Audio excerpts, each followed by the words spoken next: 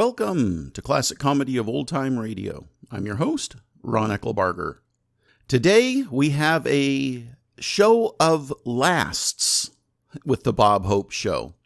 This is the last show that was sponsored by Lever Brothers, Swan Soap. First it was Pepsodent, and then the sponsor for Bob Hope over the last several seasons has been Lever Brothers. Well, this is the last show sponsored by Lever Brothers. It's also the last show of the 1949-1950 season. This is episode number 462 of The Bob Hope Show, and it originally aired on June 13th, 1950. Here now is Bob Hope with his regular cast, Jack Kirkwood, Irene Ryan, and Doris Day.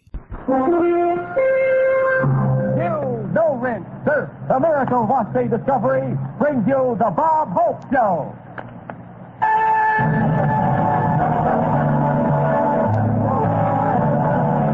Yes, from Hollywood, California, it's the Bob Hope Show with Doris Day, Jack Kirkwood, Irene Ryan, yours truly, High Upperback, Les Brown, and his band of renown. And here he is, going off for the summer because in warm weather, certain things don't keep. Bob Hope!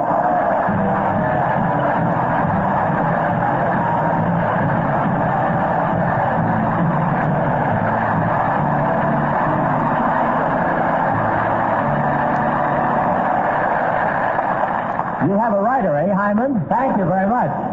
How do you do, ladies and gentlemen? This is Bob going off the air till September Hope, saying after the broadcast tonight, I'm going to take a 13-week nap. Preparing this show every week may sound like a snap, but I'm so tired I can't put my longies on the regular way anymore. I have to crawl in through the trap.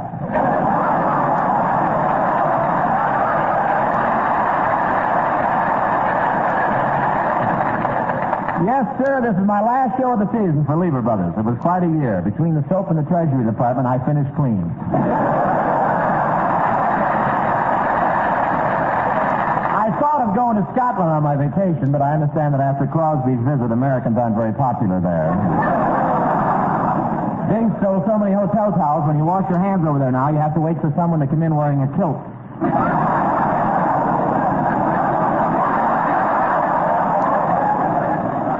I'm not going to Europe because of the way the customs men treated me the last time. They said they wanted to inspect my trunks, and I stood around with my pants off for 2 hours before...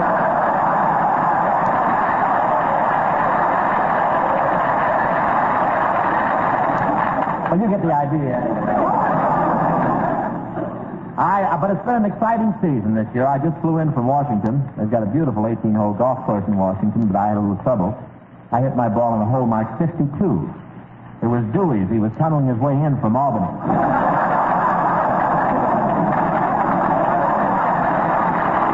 And while I was in Washington, I visited Congress. You all know what Congress is. That's a Hoover vacuum cleaner with a Truman budget. But I want to tell you one thing. President Truman is really trying to cut expenses. In fact, he just let all the maids go at the White House. Now when it's time to dust, he just sends Margaret from room to room singing Rag Mop.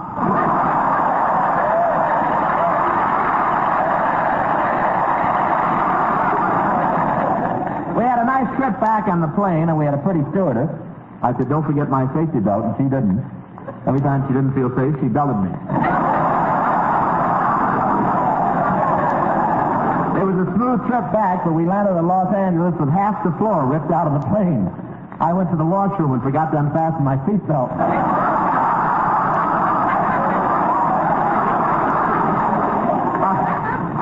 I arrived in California just in time to greet the tourists. We always have a warm welcome for tourists out here. We get so tired of running over the same old familiar faces. California is really wonderful. It's the only state where the people in the unemployment line change to tuxedos after 4 o'clock. I don't know what that means myself. It sounds funny, but the people here must be getting prosperous. They're buying more and more television sets. Lately, there's so many aerials on the rooftops, the smog is coming in flight.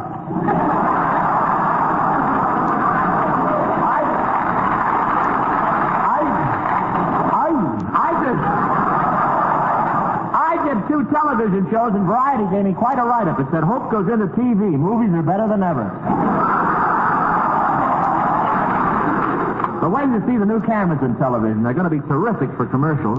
They've now got a camera with a long neck that looks down an announcer's throat and shows you the spot that Pepsi-Cola hits.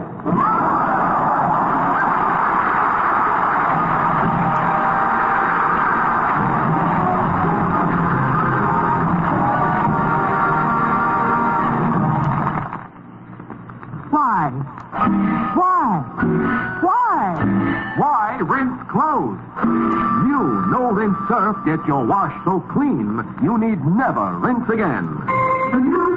No more rinsing, no more rinsing, no more rinsing. You don't have to rinse, because amazing no-rinse surf has a miracle ingredient that floats dirt away. Surf leaves no soap film or scum clinging to clothes. Your clothes wring clean. Cleaner than if you washed with soap and rinsed 3 times. Actually helps clothes wear longer, and your wash dries so sweet and soft. Cut your wash time and work in half with no-rinse surf. S-U-R-F. Surf. The only wash day product approved by United States Testing Company for no rinsing. Why rinse? Yes, why rinse? When no-rinse surf guarantees you a really clean wash. The whitest, brightest wash on earth with no rinsing. The new surf, no more rinsing, no more rinsing, no more rinsing, no more rinsing, no more rinsing, no more rinsing. Get new no-rinse surf, and you'll never rinse another heavy load of clothes again.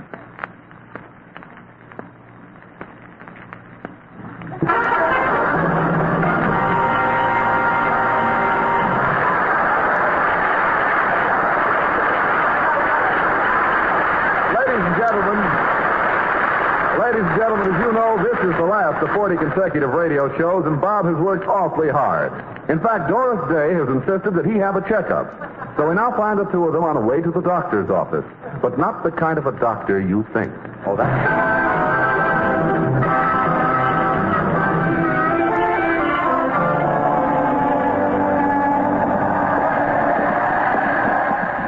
understand why you won't tell me who this doctor is that you're taking me to. Now, don't worry. He's very capable, and you need him. Look at it this way. If a person has weak feet, they go to a chiropodist.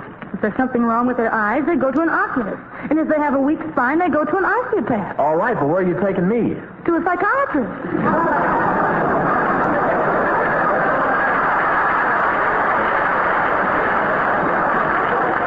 I don't get it. What's the idea? Well, you're not normal, Bob. Don't pause there. Go ahead.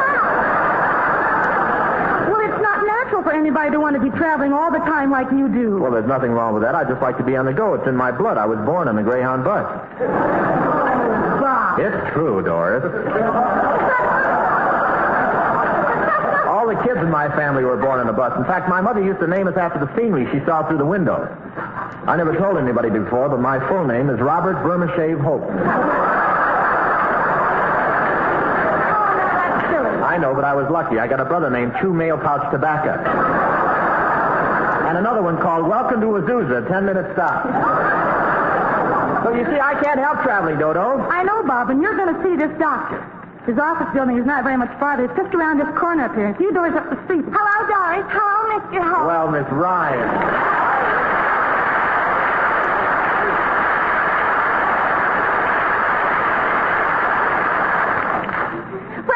Going? Well, Miss Ryan, you'll never believe this in a million years, but I'm going over to see a psychiatrist.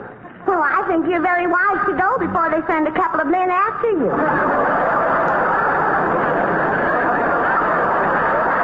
No, Miss Ryan, Doris has the idea there's something wrong with me mentally because I like to travel so much. Oh, I understand that. I have the same complex. It's called the split desire. One part of me wants to go east, and one part of me wants to go west. You know, lately your figure looks like you made it. What I mean is... Miss Ryan, don't you agree that a person should try to stay in one place once in a while? Oh, no, Doris. I think traveling is just wonderful. If there's anything I love, it's to see people going someplace. You do? Yes. I don't care where they're going, but I love to see people going away. I just feel so happy for them. Would you mind being happy in another direction? The dampness is taking a crease out of my pants. You know, I sailing when going on a journey so much that on days when there aren't any boats leaving the harbor, I go down to the May Company. The May Company? Yes. When the people get on the escalator, I stand there waving and singing Aloha. Well, I didn't know you were so crazy about traveling, Miss Ryan. Oh, indeed. I think about it so much I even walk in my sleep. You do? Yes. The other night I dreamed I was sailing through the sky on a magic carpet while a handsome sheep tried to kiss me. Oh, really? Yeah. But when I woke up, I was under the bed on my heating pad fighting off my cocker spaniel.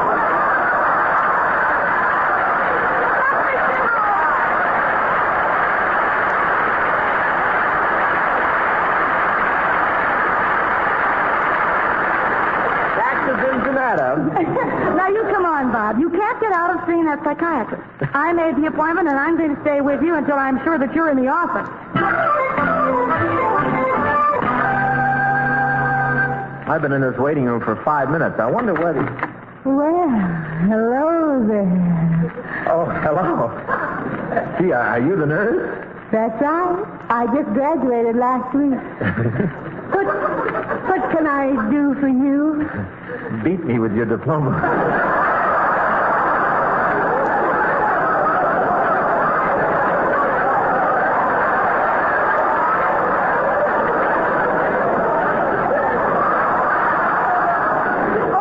I see you have an appointment here on the book. Could you give me a brief history of your case? Well, I'm very tense, and my hands tremble, and I've got a violent nervous twitch that I can't control. How long have you had it? Just started.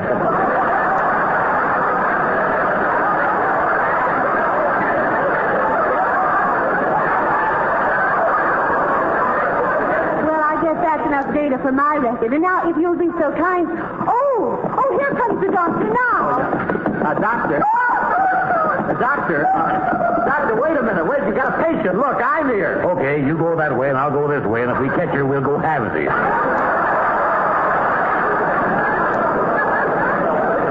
Don't tell me you're the psychiatrist. That's right, boy. Come into my office and we'll get started. Let's see. Here's my notebook. Now, I want you to lie right down here. Just put your feet like that, and that's right. There. Are you comfortable? No. It's pretty dark. Why do I have to lie here? Well, there ain't room on top of the couch for both of us.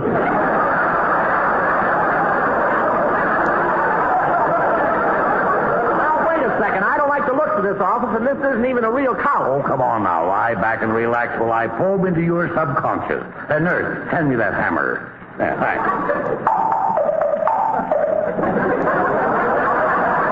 Well, I certainly found out something there. What? If your head was a cantaloupe, it would be just ready for picking.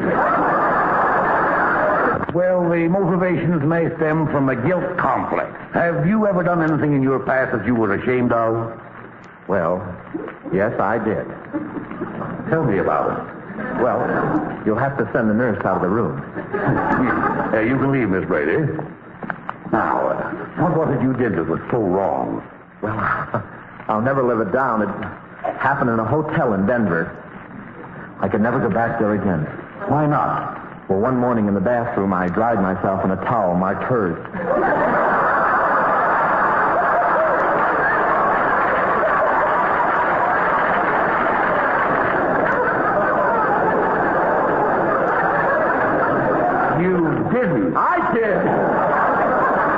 You're not fit to breathe the same air as Mary Worth. My traveling is that I just had a birthday, and, well, I don't know how much longer I'll have the necessary vitality. Oh, nonsense, boy. You're only as old as your mind dictates. I have a treatment for that. You do? Yes, just repeat after me. Every day I'm getting younger and younger. Every day I'm getting younger and younger. Once more, please. Every day I'm getting younger and younger. Every day I'm getting younger and younger. Every day. How do you feel now? Oh, fine, Mommy. Will you throw me over your shoulder and burp me? Oh, my gosh, I overdid it. He thinks he's a baby. This is awful. Nurse! Oh, what is it, doctor? Something terrible has happened, nurse. This patient thinks he's a baby. Oh, don't worry. I'll take care of him.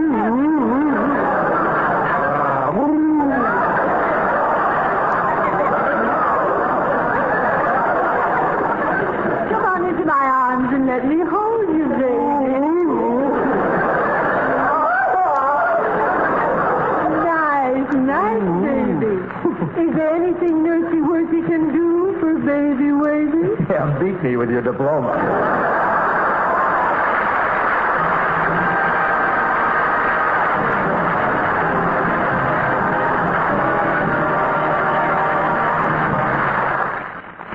Miracle suds that get your wash so clean you don't need to rinse. I tried it, and the result is amazing. My wash was on the line in half the time. That's what Mrs. Margaret Wright of Lansdowne, Pennsylvania wrote. Fan mail is pouring in from all over the country, praising new no-rinse surf. From Chicago, Mrs. Emma Ulrich writes. White things came up sparkling. From Mrs. M.R. Schwartz in Los Angeles. Soft and clean smelling. That's how my wash came out. And from Mrs. Evelyn Bush in Bridgeton, New Jersey. No-rinse surf is truly a lifesaver. You'll never rinse another heavy load of clothes again once you try No-Rinse Surf. S-U-R-F. Surf.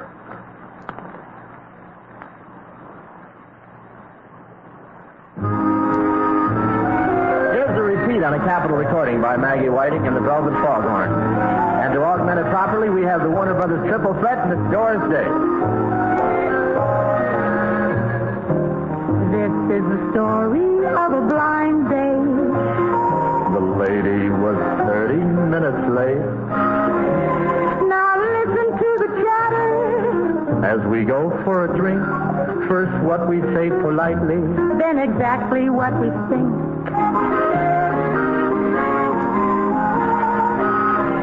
Oh, I'm so sorry I'm late. Look at his clothes. What a sight. Oh, I don't mind a short wait. Looks like I'm stuck for the night. What do we eat? A steak, of course. Let's have a seat. Eats like a horse. Stuck again on a blind date. Here comes the band. Shall we dance? Moves her legs like two rocks. Music gets me in a trance. Keep off my feet, you big ox. What do you drink? Champagne, my dear. What do you think? A 10-cent beer.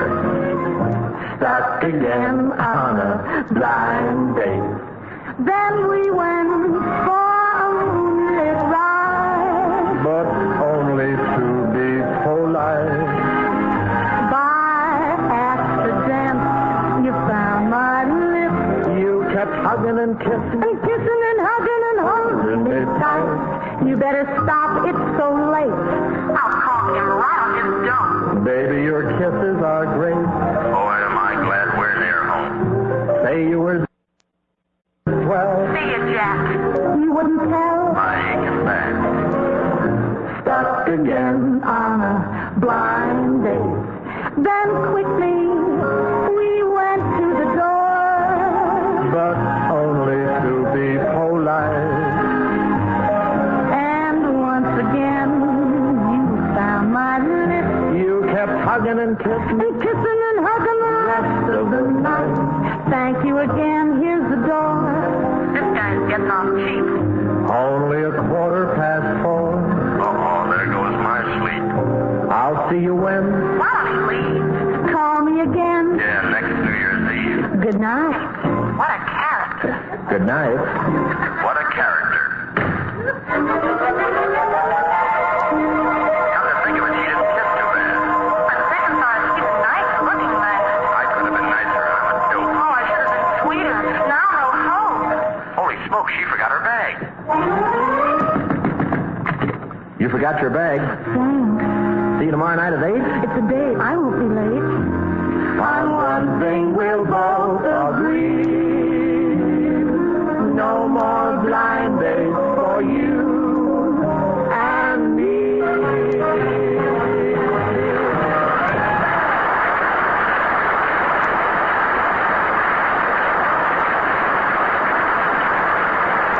And now, ladies and gentlemen, let's rejoin Bob Hope in the psychiatrist's office.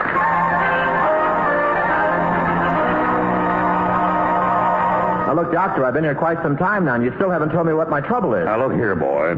And I called you boy because I need a psychiatrist myself. I might get the key to your whole personality if you tell me something about your radio show. What do you mean? Now, what do you like to do? What sort of characters have you played this year? Well, a few months ago, we did a show, and I was a politician who started out as a poor boy. I'll never forget that tender scene where I went to tell my mother I was leaving home. I opened the door to her room, and there she was, wearing her shawl. With a loving expression on her little face, she looked up at me and said sweetly, Shut the door, stupid.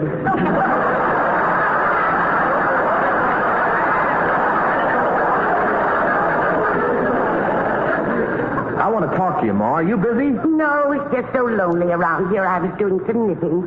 I guess I'm getting to be an old lady. What are you knitting? An old man.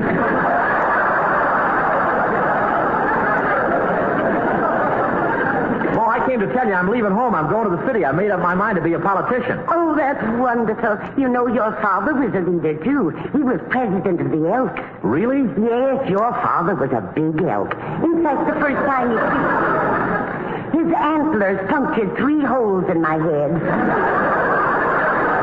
Well, you've been both a mother and a Buick to me.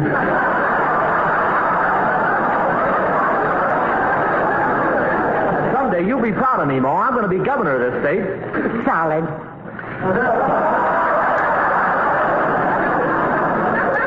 Son, Cool, Ma. it's a cruel life you're going out into. And son, there's a little poem with a message that I want you to carry with you always. What is it, Ma? As you walk along life's highway, you'll meet men with crooked schemes. These men will offer you money, money beyond your dreams. And should they offer you one of these deals, don't even stop to think. Just grab the money, son. Your old mother wants a mink.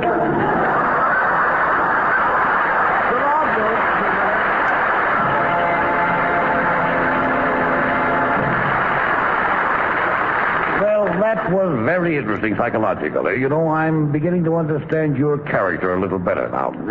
Tell me, what else have you done? What else? Yes. Well, one week we did the Look magazine award show. Say, by the way, did you see that picture of Jane Russell and me in the current issue of Look? No. You didn't see it? No. Well, back to work. Anyway, this week I played the part of a general in the Air Force. Boy, was I tough. I was sent to take over a bomber group in England. You were? Yeah, there was something wrong with the group. Whenever they went on a bombing mission, instead of bombing Germany, they'd head their planes toward America and bomb the factories that were making Spam.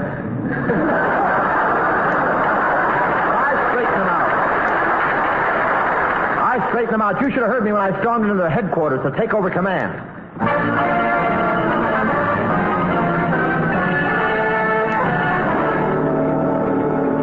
Major, are you in charge here? Yeah, what can I do for you? Yeah. You realize you're talking to a general? Stand at attention. Major, pull in that stomach. Throw back your shoulders. Throw in your chin. Throw out your chest.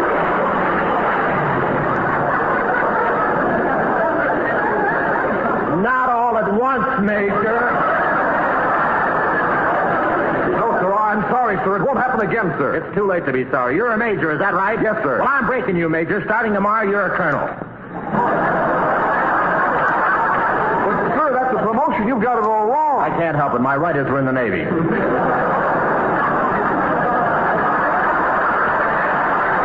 Well, look. I'm here to get this group back in the stick, Major. Assemble the men in the briefing room tomorrow morning at 0800. Yes, sir. Headshot! Man, General Savage.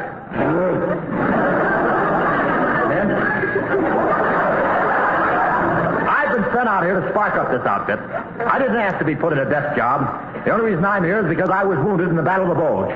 The Battle of the Bulge, sir? Yes, I got caught between 2 fat whacks in an elevator at the Pentagon building.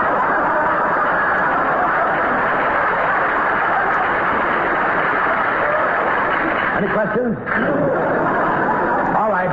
Here are your assignments for tomorrow's mission. Smith, Reagan, and Weiss, you'll head for Berlin. Roger, Wilco. He's going with me.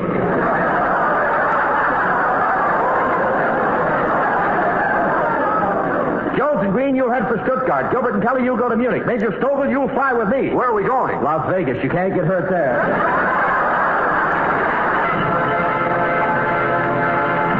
Well, playing all those parts, boy, I can see that you're certainly not frustrated. Of course not, Doc. One night I played a part I'll never forget. That of a doctor who gives up his practice to go into research and help mankind. Oh, I wish I'd heard that. Oh, it was great. My name is Dr. Robert Hope, M.D. I've been a doctor for 20 years, although when I first started out, I didn't want to be a doctor. I wanted to be a nurse. And then I found out that in order to be a nurse, you have to be a girl, so I decided to forget it. Too much trouble.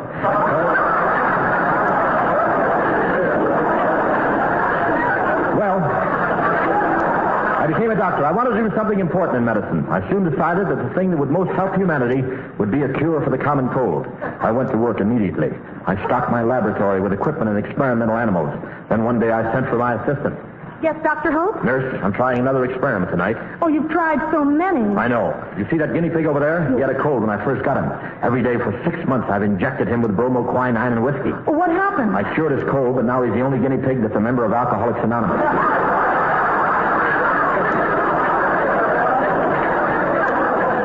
Now we're ready, nurse. I'm going to inject this solution into this poor little rabbit who has a cold. Oh, gee, he's almost dead. Ready, nurse. Sponge. Sponge. Iodine. Iodine. Suture. Suture. Clamp. Clamp. Hydrovascular cardiographic electro-turbo injector impulse.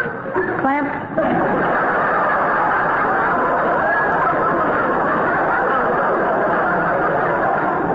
Howard. Suture. Sponge. Sponge. Needle. Needle. I'm sorry, Doctor, we don't have a needle. No needle? No. Sinatra.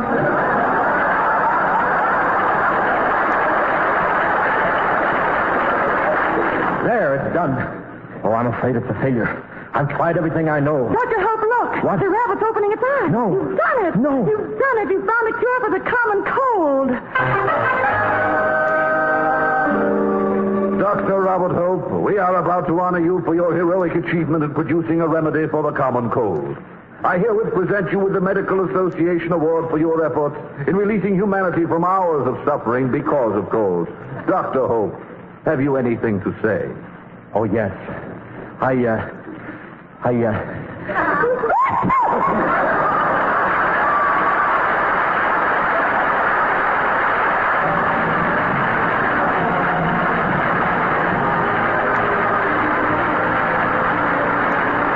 All thanks for the memory to all our loyal friends on whom our show depends. You've been just great, we'd like to state, as now the season ends. We thank you so much. Well, ladies and gentlemen, this is it, the end of the season. You know, I can always tell when we come to the end of the season. My blood pressure gets about 6 points higher than my Hooper rating. This is not only the end of the season, but the end of a long association with the wonderful company Lever Brothers. You know, when you buy something with the name Lever Brothers on it, you can be sure you're getting the best. I know because that name in my contract has given me some of the best years in radio. Next fall, we switch to the cigarette that satisfies, Chesterfield. And we'll do our best to satisfy Chesterfield and you. Thanks again to Lever Brothers and to another great company, the gang behind our show. The loyal workers who get none of the credit, who go week after week taking all of the blame and a little bit of the money. Our writing staff, Al Schwartz, Marv Fisher, Larry Gelpart, Larry Marks, Mort Lockman and Cy Rose, Norman Sullivan, Fred Williams, and our mainstay, Glenn Wheat. Our producer, Al Capstaff, Brother Jack Hope, Mimi Sheepson, Sidney Simpson, NBC's Carol Pearson, John Pollock, Parker Cornell, and a heartfelt thanks to Doris Day, Les Brown, and his wonderful band, Jeff Clarkson for all those wonderful benefits, Hi Everback, Irene Ryan, Jane Morgan, my favorite comedian, Jack Kirkwood. Believe me, they're the kind of people who make a fellow wake up humming there's no business like show business. Have a wonderful summer, folks. Be like the song. Enjoy yourself. Get out and go where the wild goose goes. Get back in time to join us in the fall. Will you? So long, everybody. It's been wonderful.